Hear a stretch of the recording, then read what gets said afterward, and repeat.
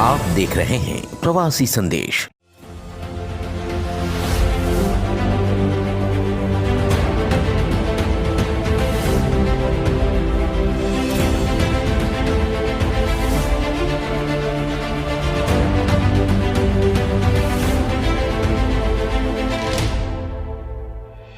प्रवासी संदेश। जैसे आप सभी को पता होगा कि भारत देश में पहले कोरोना आया, बाद में डेल्टा, अब एक नया बीमारी ओमिक्रॉन जो कि दस्तक दे चुका है।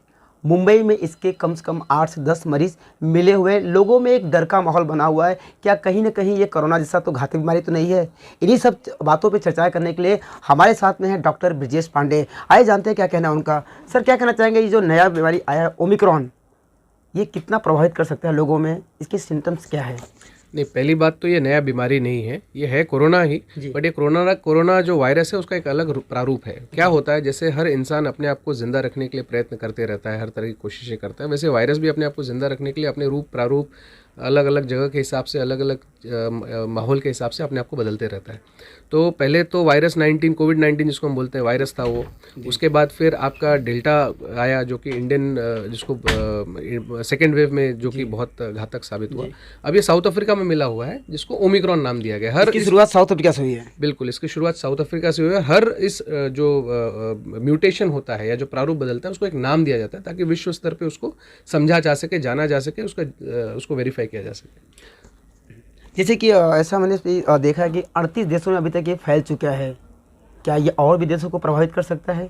बिल्कुल, ये ऐसा कहीं नहीं कह सकते कि किसी देश को ये जितने देशों को पॉसिबल हो सकेगा उतने देशों को प्रभावित कर सकता है। हर देश को जो भी प्रिकॉशंस लेना है, जो भी सावधानियां लेनी है वो तो लेनी पड़ेगी। इसका 2 चीज़ें हैं इसमें। पहला तो इम्पॉर्टेंट है कि वैक्सीनेशन, ठीक है ना।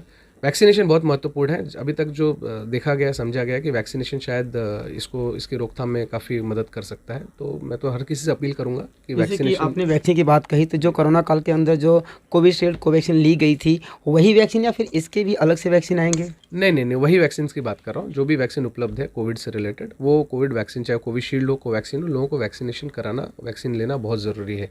इसको बिल्कुल क्या बोलते हैं आप, निगलेक्ट मत कीजिए, इग्नोर मत कीजिए। या आपकी सेहत के लिए बिल्कुल अच्छा नहीं है, खतरनाक हो सकता है, धोखा हो सकता है। सर, इसके लक्षण कैसे हैं कि लोगों को मालूम पड़े कि हाँ ये लक्षण अगर है तो जाके हम चेक कराएं और हमें क्या हुआ है क्या नहीं? नहीं, माइल्ड होता है लक्षण में, वही है, सर दर्द होता है, थोड़ा सा गले में खराश रहती है, कभी कभी हल्का फीवर रहता है बदन दर्द और कमज़ोरी रहती है।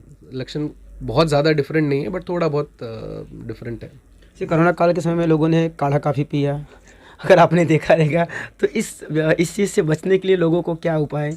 नहीं, लोगों को पहली बात तो अपनी सावधानी बरतनी है। लोगों को सबको मास्क पहनना, सोशल डिस्टेंसिंग या जो प्रोटोकॉल्स है वो आपको फॉलो करना ही है। अभी आप देख रहे हैं शादियों का सीज़न है, लोग मास्क तो भूल ही गए हैं और लोगों को ऐसा लगता है कि कुछ होगा ही नहीं। ऐसा जब फर्स्ट वेव ख़त्म हुआ था तभी भी लोगों को लगा था कि सेकेंड वेव नहीं आएगा, बट आपने देखा कितना घातक सिद्ध हुआ।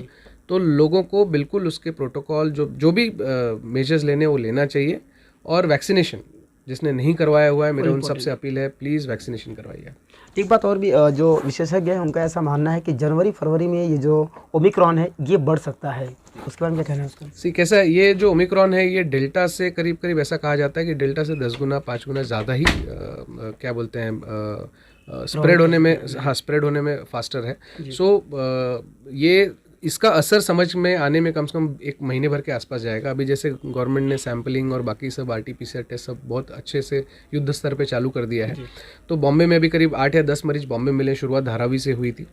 और उनका कितना स्प्रेड और कितना जो रिजल्ट है वो हमको मालूम पड़ने में कम से कम 1 महीने भर के आसपास जाएगा। तभी हम समझ पाएंगे कि एक्चुअली ये किस तरह से प्रभावित कर रहा है, क्या रीच है, उसमें 30 प्रकार के म्यूटेशन है, क्या मतलब बहुत ही ये भविष्य की बात है। बट ये है कि सावधानी बरतना बहुत ज़रूरी है। सावधानी हटी दुर्घटना घटी। लोगों में एक डर का माहौल भी है, तो आप जो जनता है उन्हें आप क्या संदेश देंगे कि डरे ना और किन किन चीज़ों को वो ज़्यादा ध्यान में दें अगर आप बाहर निकलते हो घर से? तो मैं बहुत साफ पहले से कह रहा हूँ, फर्स्ट वेव आने से कह रहा हूँ कि कोविड से, कोरोना से आपको डरने की ज़रूरत नहीं है, आपको सावधानी बरतनी है। दोनों में फ़र्क है। सावधानी बरतनी है, डरने की कोई ज़रूरत नहीं है। वैक्सीनेशन करवाइए और जहाँ तक हो सके अनायास बाहर निकलना, अनायास लोगों के बीच में जाना, पब्लिक प्लेसेस में जाना, ट्रांसपोर्ट्स यूज़ करना, जो आप बचा सकते हैं बचाइए। बाकी तो भविष्य की बातें हैं। कुछ भी हो सकता है। मैं तो हमेशा ही बोलता हूँ कि होने को आप अगर सावधानी नहीं रखेंगे तो कुछ भी हो सकता है। जी, ये तो थे डॉक्टर ब्रजेश पांडे। इनका मानना है कि जैसे कोरोना था, जिस समय कोरोना आया था, आपने जो सावधानियां बरती थी वही सावधानियां आप यहाँ भी बरते। ज़्यादा भीड़ भाड़ जगहों पे ना जाए, मास्क पहने, सैनिटाइज़र लगाए। और इनका एक और मानना है कि ये जो माइल्ड है, ज़्यादा हानिकारक नहीं है, फिर भी बीमारी कब ज़्यादा प्रभावित करे उसका आप इंतज़ार ना करें, आप अपनी सुरक्षा स्वयं करें। प्रवासी संदेश के लिए अवधेश राय की रिपोर्ट। प्रवासी संदेश को लाइक करें, शेयर करें, कमेंट करें, सब्सक्राइब करें और बेल आइकन जरूर दबाएं।